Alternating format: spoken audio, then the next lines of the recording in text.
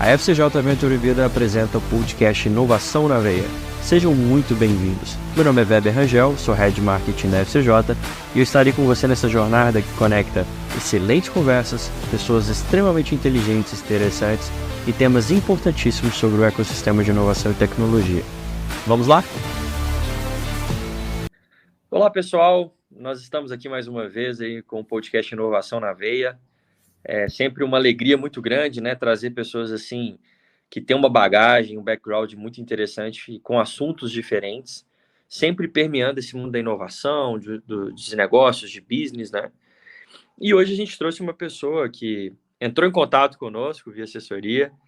A gente gostou muito do perfil e convidamos, né, o Yuri Moreno, que é especialista em SEO, para falar um pouquinho para a gente sobre o que é SEO, né? Então, eu vou pedir para o Yuri se apresentar, falar um pouquinho aí da sua mini bio, tá, Yuri? E aí depois a gente já passa aqui para o nosso bate-papo. Fica à vontade, meu amigo. Tá joia. Prazer, muito obrigado. Valeu, pessoal aí do Inovação na Veia que está ouvindo a gente. Fico muito feliz de estar aqui no podcast, contar um pouquinho para vocês hoje sobre a minha área do SEO, realmente a coisa que eu sou apaixonado. Perfeito, Yuri. Você está em São Francisco, na Califórnia, correto? Exato. Já vai fazer agora uns 10 anos que eu saí de São Paulo e vim para cá. Bacana. Conta, antes da gente entrar aqui na parte de SEO, acho que todo mundo gosta de uma história, né? Por que você foi e como que é, né, a sua vida aí hoje? Você trabalha aí?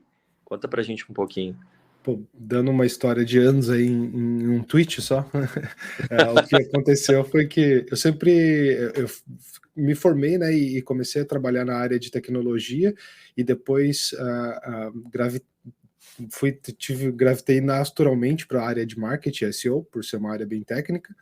E depois de ter vendido minhas empresas em São Paulo, eu tinha duas agências, uma de marketing digital e uma de front-end development, fazer sites mesmo grandes como Carrefour, ReHap, Pet Love. Legal. Fui responsável por fazer algum desses sites aí no Brasil.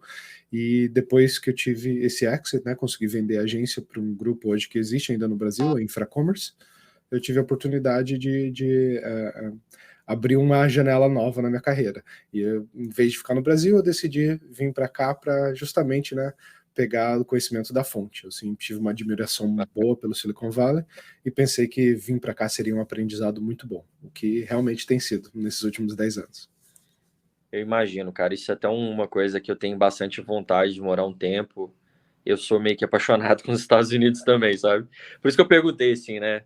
Fala um pouquinho para nós. Sim, a infraestrutura das coisas é muito legal e também coisas pequenas às vezes que a gente esquece, mas está na localização é legal. Por exemplo, participar de programas betas, né? Muitos dos aplicativos chamam a galera de São Francisco para testar um carro autônomo novo, por exemplo, ou a Amazon abre um escritório da AWS aqui e faz um happy hour, uma conferência para fazer tipo o lançamento daquilo. Esse tipo de evento pequenininho, coisas assim que a galera esquece no dia a dia, acabam contribuindo bastante para a gente ficar dentro do mercado e atualizado. Não, bacana, muito bom.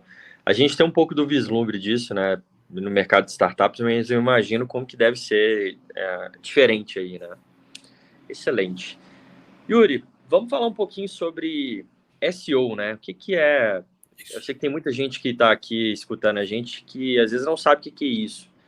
E eu queria que você explicasse bem didaticamente aí pra gente o que é SEO, o que é essa sigla. Certo. A sigla é a abreviação de Search Engine Optimization, né? Que seria otimizar para sistemas de busca, tá? Independente de quais são esses sistemas de busca, né? Sempre na nossa cabeça, quando a gente fala de buscadores e tudo mais, vai para o Google, né? Porque é quem realmente tem o maior market share, né? É difícil a gente pensar Bing, Yahoo e tudo mais. Mas sim, lembrando que o trabalho de SEO é para tudo. Outra que eu gosto sempre de usar como exemplo, por exemplo, é o YouTube. YouTube a gente até esquece que tem um search engine ali por trás, né? Uma barra de busca que a gente tem ali em cima, e existe SEO também hoje em dia, né? Para YouTube, para Amazon, para App Store, né? Às vezes eles têm nomes diferentes, variantes, mas as técnicas são bem parecidas e têm o mesmo objetivo no caso, né? Fazer um resultado, ranquear, aparecer, ter mais destaque, ter mais impressão ali com o objetivo de qualquer negócio, né? Atrair clientes, gerar leads ou até vendas mesmo. Bacana. Tem até um estudo, eu não sei te precisar agora em questão de dados exato, mas parece que as pessoas têm uma propensão maior a clicar em sites orgânicos do que em anúncios, né? Então ela rola para baixo ali onde estão os anúncios e ela já vai procurar o primeiro resultado orgânico, né? Isso. Isso realmente é assim mesmo? Você... Então, já rolaram bastantes pesquisas, principalmente em termos de a percepção de confiança da pessoa, né? Porque o Ads, infelizmente, tem muito isso, né? Como é uma coisa que é comprada, simplesmente se eu tenho dinheiro, eu consigo, né, tá ali. Então, isso abaixa um pouco no consumidor aquela confiança dele de tipo, será que esse cara merece estar ali? Né? Ou será que ele só está pagando para ali? Será que ele só tem um bolso fundo, né? Um bolso largo ali e tem grana para investir, né, nesse tipo de anúncio. Então as pessoas tendem, às vezes, a ir para os resultados orgânicos, mas acontece também, sabe, Weber, de as pessoas às vezes nem perceberem a diferença deles. Porque Sim, naturalmente, né, é interesse do Google e de outros também irem fazendo esses ads ficarem quase que nativos, como a gente fala, né, aqui na área de marketing, que é o que, para quem não conhece muito da área, é basicamente deixar o ads muito parecido com a interface. Então você sim, às vezes tem só um labelzinho no cantinho com a palavra ad, outra vez uma cor diferente num title, num background. Então, para muitas pessoas, por exemplo, eu já peguei meus pais, meus avós e tudo mais, eles não conseguem entender a diferença do resultado orgânico do resultado pago. Mas para sim. quem é da área, quem trabalha, quem é de web, claramente essa galera às vezes vai pro orgânico justamente por essa confiança maior. Passa uma credibilidade, né? Por exemplo, no seu site está super bem ranqueado, seu site, a sua landing page. Eu Isso. acho que passa uma credibilidade para quem está acessando e procurando por aquilo ali, né? Super. E isso acontece pra caramba quando você começa a ranquear ou aparecer, né, no caso, independente, porque agora, né, com as inovações do Google, a gente não pode só falar mais ranking, né? Porque você começa a aparecer também em vários outros lugares que nem ranking às vezes talvez tenha, pode ser uma resposta do Bard, por exemplo, né? Então, a ideia é que quando você se posiciona como uma autoridade para aquele tópico, você começa a aparecer em diversos tipos de resultados, né? Tanto em rankings como nesses resultados generativos. E o legal disso é que para a audiência, né, para o consumidor, tudo, ele começa a ter essa percepção de que você realmente, né, merece estar ali, né, que você é uma autoridade, que você tem um certo respeito na área, que o que você fala ali é considerado pelo mercado. Bacana. Yuri, eu sei que a gente colocou isso aqui na pauta mais para frente, né, para a gente poder conversar, mas você citou aí o Bard, né, que é Sim. a inteligência artificial do Google. Eu queria fazer só um parêntese aqui, a gente vai continuar com o nosso foco em SEO, é o que a gente quer, aprender, entender melhor, mas eu queria que você falasse um pouquinho, porque a impressão que eu tenho, né, que, do outro lado aqui, é que o Google está bem atrasado em relação ao chat GPT. Uhum. Eu queria que você falasse para a gente o impacto disso, do Bard, né, dentro do SEO e por aí vai, assim. Perfeito. Legal de falar isso que a gente está conversando hoje aqui, né, gravando em 20 de setembro, e eu li exatamente essa semana o Sundar, o CEO do Google, falando que eles tipo, não se sente atrasado ou não se sente preocupado, né, ameaçado com o chat GPT. Então, para mim, mostra que eles têm uma confiança muito grande no que eles estão desenvolvendo internamente. E o que me dá alguns indícios disso é que os resultados, às vezes, que eles conseguem gerar são muito melhores ali, por eles terem, né, o ambiente de search na mão deles, o que o ChatGPT está meio que fazendo pelo Bing, né, com a Sim, parceria lá com a Microsoft teve, né, eles levaram o GPT-4 para dentro do Bing e eles conseguem ali hoje integrar, né, os resultados de busca com esse diálogo do chat dentro do próprio resultado de busca. E o Google está fazendo a mesma coisa e essa semana, inclusive, ele começou a anunciar plugins, que é a mesma coisa que o GPT, né? A ChatGPT 4 anunciou para os usuários pagantes, os Pro users. Com isso, vem integrações como, por exemplo, Workspace e tudo mais. Então, assim, eu não acho que eles estão atrás em termos da tecnologia bruta, né? Porque uhum, eles são os responsáveis por desenvolver esses transformers aí do T, do chat GPT, né? É a tecnologia deles. Eles têm um modelo forte hoje, que é o Palm 2, que é o modelo de linguagem, que eles estão usando aí no Bard, nesses caras. E, como eu falei, eles têm o ecossistema na mão deles. Então, por exemplo, um exemplo desse que saiu do plugin que eu adorei, eu uso muito o Google Drive, né? Google Sim, eu também. Docs e tudo mais. E uma das integrações é com o Workspace. Então você pode falar, busca no meu Drive onde eu coloquei o currículo de tal pessoa. Pum. Ele não só vai ser um buscador ainda no Drive, como ele também vai conseguir interagir com os seus documentos, criar novos sheets ou criar novos docs para você, conforme o que você pede, interagir com eles. Então eu acho que o Google tem uma força de ter um ecossistema na mão muito grande, que talvez a gente vai começar a ver alguém chegando nesse nível de concorrência quando a Apple começar a entrar mais nesse jogo para mim. Porque a Apple é Assim, outra gigante também que tem o ecossistema na mão, né? Dos devices, dos calendários da gente, os e-mails da gente. bacana. Então, seria, por exemplo, o Bard, né? Eu usaria ele ali e pediria, por exemplo, faz uma planilha disso para mim, por exemplo, e ele me entrega um Google Sheets ali. Cara, legal. Então, já estou Exatamente. reconsiderando usar o ChatGPT. Pois é, a hora que começar a entrar, que é o que está acontecendo, vamos dizer, o assistente, né, o Bard, ou qualquer for o nome que eles derem para o assistente deles ali dentro dos produtos, eles funcionam internamente. Então, não é que você vai pedir para ele abrir uma planilha, tal coisa, você vai abrir uma planilha, e aí dentro da planilha você vai escrever, sei lá, me dá a cotação da Bolsa de Valor aqui das top 10 empresas do mundo. Ele, pum, coloca ali para você direto, entendeu? Então, dentro do Docs, dentro da planilha, você vai conseguir conversar com o assistente basicamente na aba da direita ali, ou próprio dentro do documento. Então, excelente essa questão, né, do ChatGPT e do Bard, achei super bacana aí. E realmente o Google não ia ficar para trás em relação a isso, né? Teve só aquela questão, aquela polêmica que aconteceu do Bard errar uma resposta, né? Foi bem no banner, eu acho, ou no vídeo do anúncio do Ads, né? Que ele errou, acho que o nome do satélite, alguma coisa assim, né? Exato, pegou muito mal, cara. Pegou. Eu lembro que no outro dia as ações do Google despencaram Sim. também, né? Eu brinquei com os amigos aqui que teve estagiário demitido lá, com certeza, né? Com certeza. Muito bom, Yuri. A gente fez esse adendo aqui falando um pouquinho sobre IA, né? IA do Google, que eu achei bem, bem importante da gente abordar. Mas aí, voltando para a questão do SEO, eu queria que você falasse um pouquinho para a gente, né? As diferenças de SEO para otimização de conteúdo. Existe uma diferença ou é tudo a mesma coisa? Otimizar conteúdo. É a mesma coisa de SEO. Existe, mas muitas pessoas confundem, ou acham que é mesmo, porque eu diria que a otimização de conteúdo pode estar, ou deve estar até, né, dentro de SEO. Eu digo pode porque um jornalista pode simplesmente otimizar o conteúdo no formato editorial, vamos dizer, né, mesmo sem ele saber o que é SEO, sem SEO existir, vamos dizer, lá atrás, né, no jornal, no livro, qualquer que for o Medium antigo que a gente está falando, existia uma certa otimização, e a otimização pode ser para qualquer coisa, eu gosto de falar, né? Se o editor, por exemplo, quer ter mais imagens no livro, a otimização pode ser sobre para isso, né? Se os parágrafos estão muito densos, você quebrar os parágrafos seria uma forma de otimizar a leitura.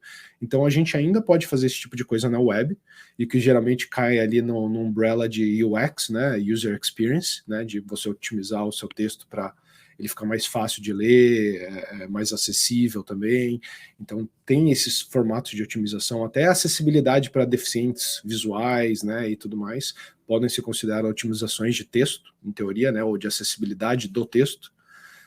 Mas SEO vai um pouco além disso. Ele não só entra ali em otimizar, né, o conteúdo em si, para ele ter as palavras relevantes, para ele atacar o tópico da forma certa, ele atender a intenção do usuário, mas ele também vai para outros lados, que é o lado, por exemplo, de otimizar o seu site em si, o seu servidor, a entregabilidade daquilo. Então tem a parte do conteúdo e tem uma outra parte gigante técnica também ali por trás de fazer o site, manter o site de acordo com as boas práticas. Legal. E você falando isso me incorreu em outra dúvida que eu tenho.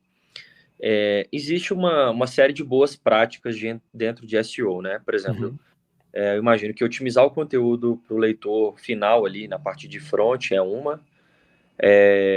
Questão das palavras-chave, código-fonte. Você consegue listar para a gente assim, uma série de boas práticas que são executadas dentro da área de SEO hoje? De boas práticas, a gente vai ficar lavando uma lista aqui gigantesca, né? Então, Enorme. eu não sei o quão vale a pena, até porque hoje em dia a galera tenta muito isso, sabe? Colocar X fatores de ranqueamento, eu fiz uma planilha com os fatores que você deve priorizar tudo. Eu não concordo muito com essa modalidade, tá, de pensamento, porque hoje são tantos algoritmos funcionando em conjunto que nem os próprios funcionários do Google têm acesso ou sabem de tudo que está rolando, até por questões de privacidade tudo da empresa. Então, eu prefiro ir para um lado de uma orientação muito mais assim, pensar holisticamente em categorias que você deveria atacar, certo? Então, Ótimo. por exemplo, a primeira delas, começando do zero, seria essa de ter um site que performa legal. Isso vai entrar totalmente na parte técnica ali de ter um servidor com tempo de resposta bom, ter uma CDN até para entregar esse conteúdo em vários países, você está servindo um site para uma audiência global, e isso eu posso ficar falando várias coisas técnicas aqui, eu não sei o quanto efetivamente vale para a audiência, mas é ter essa parte técnica cuidada e ter alguém que cuide dela no seu time, na sua empresa, ou um contratado externo.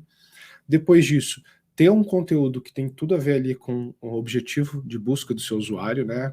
E tem um gancho legal, uma relação legal com o seu potencial de venda, né? Do que você está comercializando.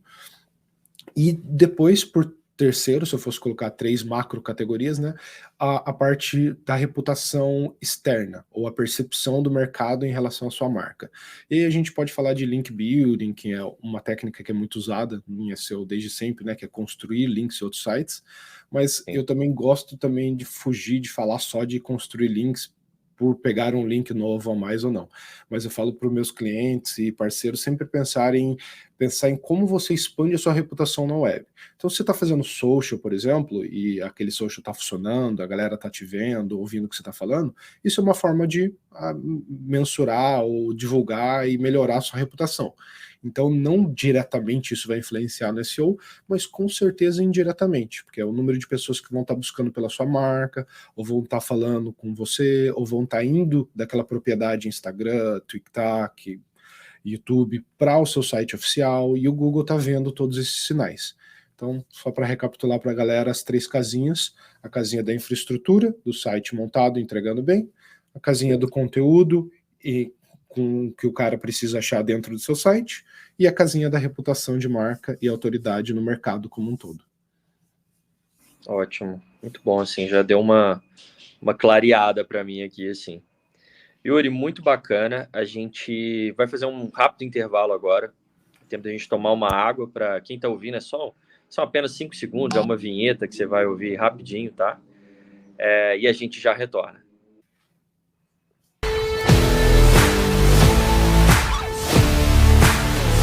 E aí, pessoal, falei que era rápido, né? É só o tempo de uma vinheta. Estamos aqui com o Yuri Moreno, especialista em SEO, mora nos Estados Unidos aí há 10 anos, tem bastante conhecimento na área, né? Já fez bastante implantações aí também, desenvolvendo a parte de SEO de várias empresas. Yuri, a gente já falou um pouquinho da importância do SEO, o que é SEO, diferença de SEO para conteúdo, né? Otimização de conteúdo, principais itens do SEO, ações.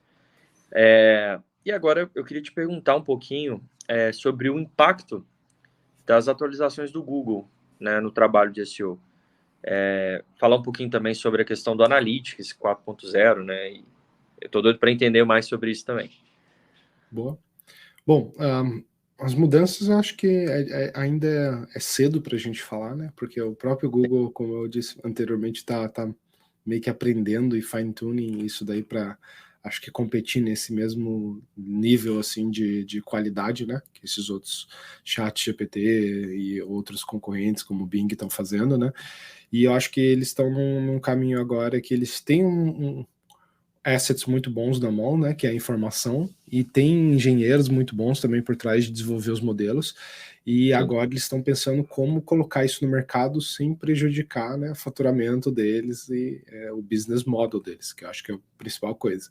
Uma das principais preocupações, né, eu imagino, deles e dos profissionais de SEO também do mercado é como isso vai mudar, né, o quanto isso vai influenciar no hábito de consumo ou no hábito de utilização de um search engine, né? Então, a ideia é o quê? Será que as pessoas vão parar de ir no Google procurar? Né? Será que elas vão ter esse assistente novo e eles vão procurar só por ali? E a resposta do assistente em texto é suficiente? Você não vai precisar clicar em lugar nenhum, você não vai precisar link para lugar nenhum, né? Então, acho que estão muito preocupados em, dar o que a audiência quer, né? Que a galera meio que já está experimentando e brincando com, versus validar isso daí, porque eles ainda vivem, né, de querendo ou não, dos links patrocinados ali com os anúncios que aparecem nos resultados de busca. Tanto ali que seriam os anúncios da mídia paga no próprio search display, né? Como também no display pela web, em banners mesmo. Então a gente tem isso daí, acho que uma preocupação muito grande ali dentro e não muito claro ainda de como eles vão fazer. Tanto que o Bard, como a gente falou ali mais cedo, começou a aparecer como não exatamente quando você entra no bard.com.google.com, né, você vai navegar e conversar direto com o chat. Se você entra num resultado de busca, simplesmente hoje procura por alguma coisa como uma informação de parques ao meu redor ou restaurantes ao meu redor, hoje você já tem às vezes um resultado que é esse SDI que eu falei, que é uma snippet, né, um pedacinho desse chat ali no começo, te dando uma descrição, alguma coisa, e esse sim já carrega links. Então, são aqueles links meio que de 1, 2, como se fosse footnote no rodapé, que né, a gente tem livros, né, de bibliografias e tal, seria aquilo ali, aí você pode clicar naquele 1, 2, você pode entender da onde que o Google tirou aquele parágrafo, né, o site de origem daquilo. Então, eu acho que eles estão brincando com isso daí para realmente ver o quanto que do tráfego vai para esses links, o quanto que a da galera já só a resposta resolve só a intenção de busca da pessoa e como eles podem servir ads ali no meio também, que eles estão tentando, obviamente, também já tem alguns testes que o pessoal do mercado anda monitorando, onde eles tentam colocar alguns resultados ali pagos no meio disso daí, às vezes eles omitem da própria resposta e colocam embaixo da resposta os resultados pagos de uma forma mais tradicional, mas ainda é difícil falar. O que eu tenho dado de dica para todo mundo ali é que, por enquanto, nada muda. Você ainda tem que continuar produzindo seu conteúdo, cuidando da sua reputação da mesma forma. Eu diria que o que está sendo colocado com mais foco, e aí é a minha opinião total, tá? Não tem nenhum documento do Google exatamente falando a preto e branco, mas a minha opinião é que marcas vão passar a ter uma força vão passar a ter uma relevância maior. Né, muito mais força. Então, por exemplo, marcas grandes estão ganhando muito nesse joguinho novo, né? Porque a hora que se pergunta alguma coisa como, por exemplo, quem é referência em marcas de computador no Brasil? Ele vai te dar as maiores marcas. Então, se o pequeno quer entrar nessa briga e tudo mais, ele vai ter que ter um trabalho grande ali de PR, de reputação de marca e tudo mais, para conseguir, pelo menos, que ele... Né, esses buscadores novos, esses assistentes novos compreendam que ele é relevante a ponto de trazer ele para o resultado. E uma coisa que eu estava até falando com um colega meu esses dias é que, por exemplo, se você consegue emplacar hoje em dia o seu produto ou sua empresa dentro dessa relevância, então um exemplo que ele me deu foi um livro que ele estava lendo com a filha dele, né? Uma coisa de psicologia para crianças, e ele falou que ele foi lá e perguntou, né? Quais outros livros semelhantes a esse eu deveria ler, né? E aí o GPT-4 deu uma lista para ele, exato. E aí ele estava me contando que, tipo, ele foi olhar esses livros na Amazon, né? Depois para comprar, e ele viu, tipo, um pico de venda absurdo desses livros. Se está relacionado ou não, né? Com o assistente agora sugerir eles, a gente ainda precisa validar, mas o indício, né, a hipótese é que numa que você emplacou e o assistente começou a sugerir isso para o mundo inteiro, né, você vai ter uma relevância, um pico de venda também bem interessante. Legal, então a gente está em vias aí de uma grande transformação nesse mercado de buscas, né? Sim. É bem interessante, impulsionado pela IA mesmo, né? Eu já tinha lido alguma coisa a respeito e até me preocupou, né, um pouco, como é que vai ser isso e tal. E realmente existe essa questão da tendência, né, de como vai tendenciar essas coisas, né? Quais são os parâmetros que são utilizados para ele determinar quais livros ele vai colocar como indicação, assim? Exato. Quantas vezes você precisa ser relevante, né, aparecer na mídia para ele captar você, ele te entender como uma entidade forte e tudo mais. Então, esse é o que eu tenho trabalhado muito com meus clientes, que a gente chama muito de SEO semântico também, né? que é fazer o Google entender que categoria você tá, né, que você atua, que é tipo que nicho de mercado mesmo, quem são seus concorrentes e o quanto forte ou fraco você é em termos de entidade mesmo. Muito bom, cara, muito bom. Gostei bastante dessa... e vamos falar um pouquinho sobre o Analytics, né? Sim. Eu tava esquecendo aqui. Você tava falando, né, do Universal saindo, e agora entrando no GA4, né? Que é o que eles estão tentando... Cara, eu não faço ideia de qual que é a diferença disso, e toda hora me chega uma mensagem do Google que eu preciso atualizar. Meu Deus, o que eu faço? Eu estava até conferindo aqui, agora eles estão migrando as propriedades automaticamente, acho que começou em julho agora de 2023, e de acordo com a documentação deles, parece que vai ficar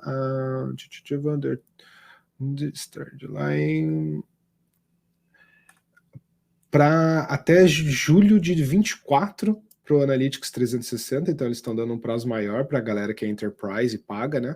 Mas para o pessoal que não paga, eles já estão forçando essa migração. A principal diferença, assim, o GA4 ele surgiu com a ideia, quando a gente começou lá atrás em 2013, vamos dizer assim, as App Stores começaram a bombar, a gente começou a ter que fazer Analytics para apps também. Isso era um mundo completamente diferente, porque em apps você não tem, por exemplo, o URL. Então já caga completamente o processo do Universal Analytics ali, né? E aí eles começaram a fazer esse tipo de tracking, que é o que a gente fala que é o track de eventos. Então, em vez de você traquear uma sessão só, que era a base do Universal Analytics, né? Que é o cara entrou no meu site, ele abriu uma sessão, aí ele navega, faz o que ele tem que fazer ali dentro, e eu estou meio que monitorando essa sessão dele. O que muda é que agora esse monitoramento é através de eventos. Então, você entrou, é um evento, tipo evento de entrada. Você clicou em tal coisa, o evento de clique em tal coisa, né? E assim você consegue, do mesmo jeito, né, monitorar a jornada de navegação e de utilização do seu usuário. O que muda é que, justamente por ser por evento, agora você consegue ter essa propriedade implementada em sites tradicionais, em aplicativos nativos, né, Android e iOS, e também em Progressive Apps, que eles chamam, né, que é os formatos novos de mobile também, onde é um híbrido entre quase um site e um app mesmo. E, em teoria, né, não muda muita coisa no fundamental da coisa, né, você ainda vai estar olhando as mesmas métricas, tal, elas às vezes mudam só na forma como elas são, né, determinadas, né, no momento tipo de disparo delas ou de corte, mas aí é o techniquez para quem quiser ir ler a documentação e entender métrica por métrica, mas são relativamente iguais, elas, tá, os mesmos nomes, muda alguma coisa ou outra, como eu falei, só de tipo, às vezes sessão vai virar sessão única, mas para quem já é familiar, o que muda muito e a galera está reclamando é a interface, né? Então, como a galera que já está acostumada a mexer no Universal Analytics há anos, que nem eu tô, a hora que começou a entrar o GA4, a gente, putz, agora eu vou ter que reaprender onde ficam todas as minhas telas, né? Onde que eu acho a informação que eu sempre usei. Então, tem uma curvinha de aprendizado novo em se adaptar à nova interface. A gente que trabalha com marketing, assim, né? Hoje eu gerencio um time. Eu sou mais um profissional mais generalista, mas eu entro, né? E analiso métricas, esse tipo de coisa toda. E, cara, quando tem todas essas mudanças, eu falo até pelo gerenciador, por exemplo, de negócios do Face, muda pra caramba, do LinkedIn muda. E assim, parece que você perde um baita tempo da sua vida, porque você tem que estar o tempo inteiro se atualizando, porque você não pode abrir mão de nenhum canal, né? Porque você vai fazer ads, que você vai analisar resultados. Então, assim, valorizem profissionais de marketing, quem estiver escutando, Com porque certeza. não é uma coisa fácil, viu? A piada é justamente essa, que toda atualização, né, é um pesadelo, né? Inclusive essas do Google aí para os SEOs, como a gente estava falando, é sempre aquela friozinho na barriga, né? Será que meu site vai ser afetado? Será que ele foi também? Então, às vezes um trabalho grande de validação, né, de ver se aquele update que acabou de acontecer te influenciou de alguma forma, positivamente ou negativamente, e tentar gerar hipóteses em cima disso também é aquela brincadeira que o SEO não tem sossego, né? Porque o Google faz mais de 40 atualizações aí já públicas todo ano, então A gente está sempre aí estudando documentação e lendo. Exatamente. Mas para mim, eu acho que o pior dessas ferramentas é o Facebook, cara. Eu acho que ele muda. Aí eu falo, poxa, mas tinha um botão disso e agora eu não encontro mais esse botão. Onde foi E parar? aí você perde ali 2 horas do seu dia tentando entender onde está tudo de novo, né? Sim. Então isso é complicado. E uma coisa que é legal falar também agora que você falou de Facebook e tal, e mídia paga um pouco, é que a gente está vivendo um mundo aí que é o cookieless world, né? Que a gente está chegando, né? Que é o mundo sem cookies, né? Que eles estão querendo, por questões de privacidade, remover isso. A Apple já fez essa mudança no iOS, né? O que gerou, ainda está gerando ainda muita dor de cabeça para muitos profissionais de marketing, né? Que é como você mensura essas campanhas mudou agora, né? Era naquela forma do pixel, do track de conversão, isso tudo está caindo, né? E agora a gente vai ter APIs, SCAD Network e tudo mais para medir. Então exigem integrações novas, exigem estudos novos e aprendizado novo também para isso. E não é mais preciso como era antigamente, né? Esse mundo que a gente vivia da precisão determinística, sabe? De que ou fulano converteu porque eu consigo o ID dele, né? É uma coisa que é contra a privacidade, então tá caindo, né? E para os profissionais de marketing, isso deixa o trabalho da gente um pouco mais difícil, né? Porque agora a gente tem que achar outras formas de encontrar aquele público-alvo certo, ver quem está convertendo, quem que a campanha está funcionando ou não, né? Exatamente. Realmente é algo que eu já me peguei preocupado, assim, de como que a gente vai conseguir analisar melhor essas métricas, né? Exatamente. Total. Isso é um movimento mundial, né? Sobre Sim. questão de privacidade, aqui no Brasil com a LGPD. Então, a gente ainda é um assunto que a gente ainda precisa aperfeiçoar e aprender mais também, sabe? Yeah. E SEO sofreu lá atrás disso também. A galera que é da área há tempos lembra disso. Quando o Google começou a implementar muito o protocolo HTTPS, que é esse cadeadinho bonitinho verde que a gente vê aí na barra de URL da gente, né? Que fala se o site é seguro ou não. Antigamente, né, ele não tinha muita diferença em usar só HTTP, né? E aí eles começaram a incentivar o HTTPS como um protocolo mais seguro e todo site hoje em dia quase tem, né? Os sites que se prezem, digamos assim.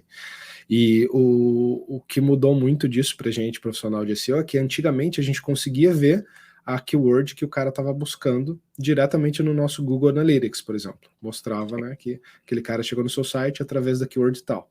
Hoje em dia, o Google Search Console fala pra gente as keywords que a gente está aparecendo, né, que é uma ferramenta gratuita do Google para quem é dono do site conseguir ver, mas ele não te fala exatamente, né, dentro do GA, por exemplo, que aquele cara vem daquela keyword, foi para aquela página específica e fez tal ação, e você consegue correlacionar com os eventos dele. Isso não existe mais por questões de privacidade. Então, houve esse apocalipse das keywords lá atrás, né?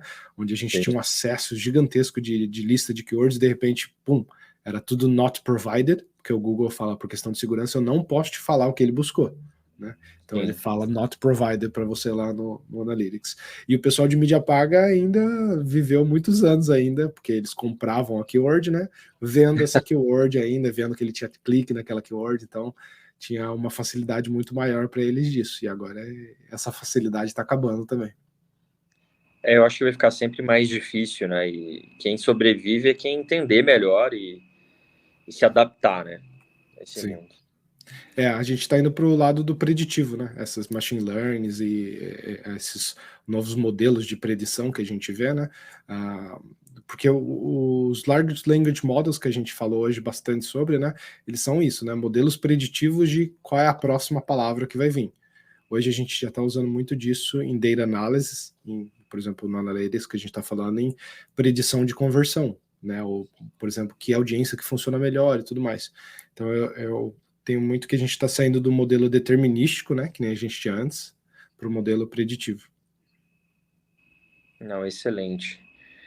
Yuri, cara, eu queria te agradecer, assim, eu acho que eu consegui ter uma visão aqui, é um pocket, né, igual a gente falou, mas deu para entender bastante, eu acho que você é uma pessoa muito objetiva e fala muito bem, assim, né, então acho que deu para a gente entender bastante sobre o assunto, e eu queria que você fizesse aí suas considerações finais, falasse do seu livro, porque eu também quero comprar esse livro, onde que ele está disponível, se tem no Kindle, se tiver eu já olho aqui, Sim. né? Mas falasse aí também um pouquinho para nós. Bom, obrigado pelos pontos aí, e espero que tenha feito você e a galera que está ouvindo a gente, né, se motivar e aprender a ler um pouco mais sobre SEO, aprender um pouco desses problemas aí que nós profissionais de marketing vivemos aí no dia a dia em relação a esse mundo sem cookie novo que está vindo, ou o quanto que as coisas estão mudando no nosso trabalho. Todos esses eu acho que são assuntos muito relevantes. O meu livro, inclusive, está disponível na Amazon, e em português e inglês também, tá? E ele é muito pequeno, tá? É uma coisa de menos de 40 páginas. Eu falo para a galera que não tem desculpa ler, porque é quase um panfleto, então tá tranquilo. E eu fiz ele de propósito, assim, para a pessoa conseguir consumir em um dia, dois, um final de semana. E o nome dele é SEO for Non-SEO People, ou SEO para quem não conhece SEO no português. E ele me ajudou muito e ajuda muito para quando eu vou ter reuniões ou interface com executivos, diretores, donos de negócios, políticos, pessoas que têm cargos que não estão próximos de marketing ou não entendem de SEO. O livro dá um bom posicionamento para a pessoa disso que a gente falou hoje. O que é, por que é importante, como as empresas fazem os times e as equipes de SEO internamente, o que a pessoa deveria prestar atenção no futuro e por que aquilo é relevante para qualquer tipo de negócio. Então, fica o plug aqui, fica o jabá e deixo também meu chat, meus contatos abertos para quem tiver feedbacks também da nossa conversa, do livro, fica à vontade para entrar em contato comigo com perguntas também.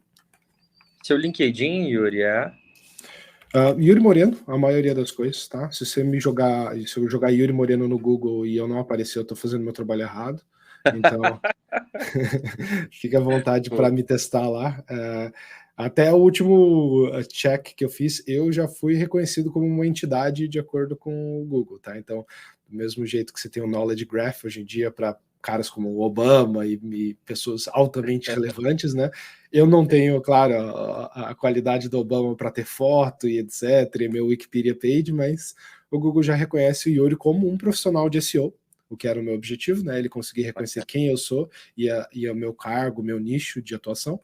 E esse é um tipo do trabalho que eu falei mais cedo sobre o trabalho de reconhecimento de entidades, né? Então, no caso agora, sou uma entidade reconhecida pelo Google e você pode me encontrar lá também. Excelente, Yuri. Cara, muito obrigado. Você é muito simpático, uma pessoa muito bacana, assim, né? Obrigado você. Legal de conversar, a conversa foi fluida também. Fica o nosso agradecimento aqui, né, do podcast Inovação na Veia, da FCJ também. Fica o convite para outros, né, para a gente gravar outros podcasts aí também, claro, né, sobre sua experiência no Vale do Silício. A gente vai entrar em contato com você.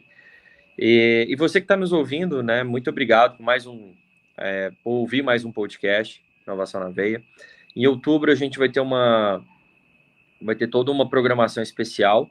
São os 10 anos da FCJ. A gente também vai ter uma programação especial por causa do Outubro Rosa, então a gente vai trazer convidados assim de extrema relevância e importância sobre o assunto. Então continue escutando a gente sempre traz pessoas muito interessantes, conversas muito bacanas, né? E eu agradeço vocês aí pela nossa audiência. E lembre-se, né? A gente está aí nas principais plataformas: Spotify, Deezer, Amazon Music, Google Podcasts, Apple Podcasts. E aí é só clicar e escutar a gente, tá bom? Pessoal, grande abraço e até a próxima. E aí, gostou? Então segue a gente, nosso arroba é podcast.inovação na veia. Cada conversa ela é ímpar e os nossos entrevistados são extremamente inspiradores.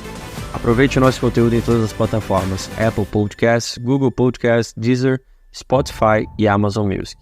Nos encontramos no próximo episódio. Até a próxima.